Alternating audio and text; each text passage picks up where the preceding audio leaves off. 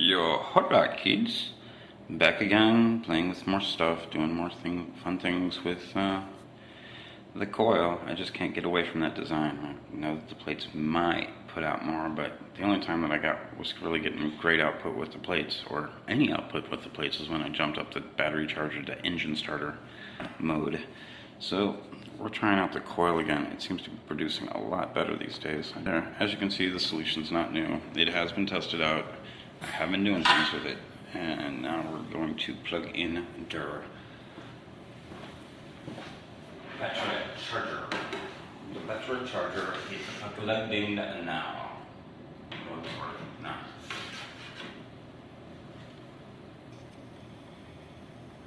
And I'm getting production, and it's working. And let's go take a look at what's happening on the inside. So you can kind of see, but that is just the strangest thing. I'm not used to seeing that. It doesn't look like stuff happens that easy. If I can get down here closer, you might be able to hear it. But it seems to be putting on some decent production.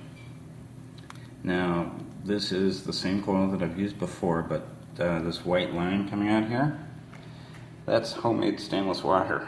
I couldn't find any coated stainless wire, so I bought some cable and took out a few strands, and then used shrink tubing to make it an actual insulated wire. Let me see if we can get a better look here from, oop, no, the light's not helping. There we go. That's helping a little bit, but this activity on the inside is really strange.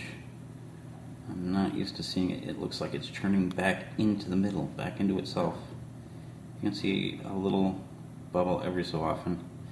One of the other things that I wanted to show you is we're using the old charger here on the floor. And let me zoom in.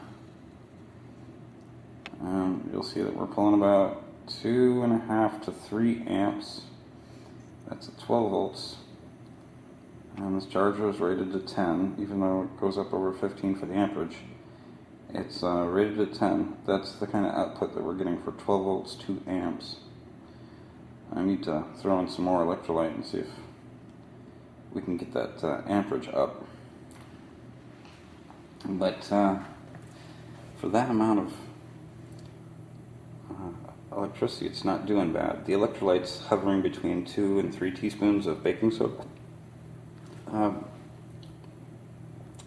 We're going to be using these safer materials until we have a reason to go to something with a little more oomph. I'm still not sold that acid is, or caustic is the only way to go. That activity is just so strange. I'm not used to seeing that type of activity. I mean, it's bubbles and they're going up, but this seems to turn them down into the middle and then back into the water, and I have no idea why this is having such a hard time auto-focusing. But that'll give you an idea of what's going on. And it looks like I'm getting a little bit of the scime or rust here in the center, which definitely helps us see what's happening. But as you can see, decent production at 12 volts, 2 amps.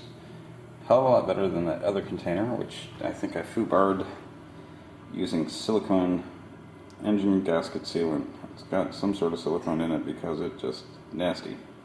One other thing about this homemade stainless is if you use the braided, it acts as a wick, especially if the weight of your clamp happens to drag it down, and capillary action is just pulling water from the inside there and bringing it out. Let me see if I can zoom in on this. You'll see where, there we go. If you can look at the little white places, little white deposits, that's baking soda, sodium bicarbonate that has been wicked out by those strands and is just drying on the line. Talk to you kids in a few.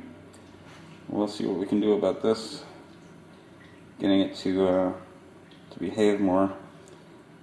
Actually, the cell was cold. Stayed off overnight. I did a burn-in last night of about 2 to 3 hours just to get production to where it is. It seems like any electrode that I put into any fresh solution needs a little break-in period until it starts producing what I would wish for it to produce. I'm still kind of astounded by that action. It's just very strange that all that goes to the middle, but there aren't any nice bubbles coming up from the middle. It seems like they churn back down and then to the outside. But, I mean, you can definitely hear it. We'll be back in a few, kids. Back again. I want to try this out at 6 volts. You'll see we're pulling down 1 amp. And it's been about that way since I started. I've added at least 2 other teaspoons to the solution. And we've stayed at 1 amp. I'm not sure if it's the battery charger or if it's this. But I did stir it up, which brought more of the rust to the surface. And the neat thing about that is that with the rust you can see what's going on with the currents going on the inside. Now, this doesn't look very symmetrical, but it is a spiral going down into the middle here. I'm fascinated by these currents. I can't help it. These are really interesting. I'm wondering why. I mean, is it that it's that spiral and sometimes the metal is blocking it from going outside? What is creating these types of currents in the inside? Again, you can see the entire mass of iron oxide there on top is churning clockwise. And you can see the endpoints. I kind of jury-rigged something there so I could connect with one. There's the stainless line going down through the middle. I was trying to get it more centrally located to see what would be going on with the currents here. But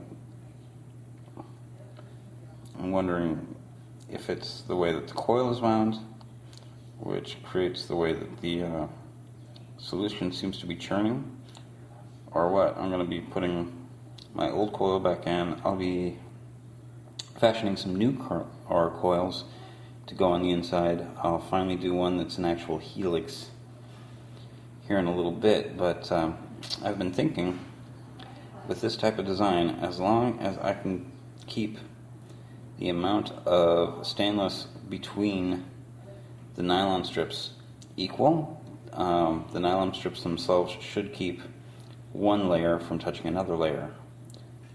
I'm just playing with stuff, experimenting. Why does that work? Why doesn't that work? What does work? What works well? Etc.